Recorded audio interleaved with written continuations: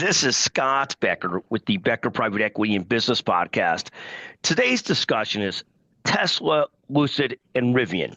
So here's what's going on with these three sort of core electric vehicle makers and where they're at.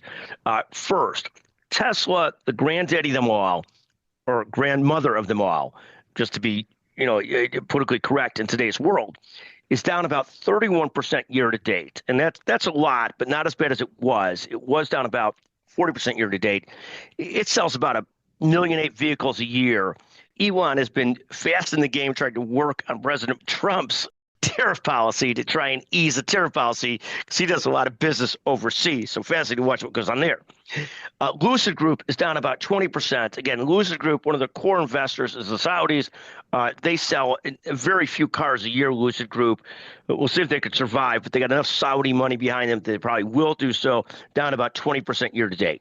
Finally, Rivian is somewhere in between, but again, sells only about 60, 70,000 cars a year, but is down about 10% year to date. They're big into business with Volkswagen, and like Tesla, ultimately going to make a lot of their money from things other than just selling cars, but from their platform, their operating systems, and so forth and so on.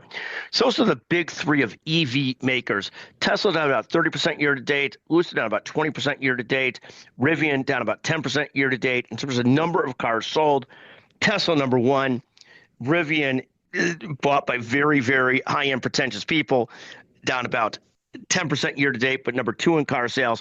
And then Lucid's number three, but owned in large part by the Saudis, and down about 10% year to date, but selling very few cars in the big scheme of things. Thank you for listening to the Becker Private Equity and Business Podcast. Thank you.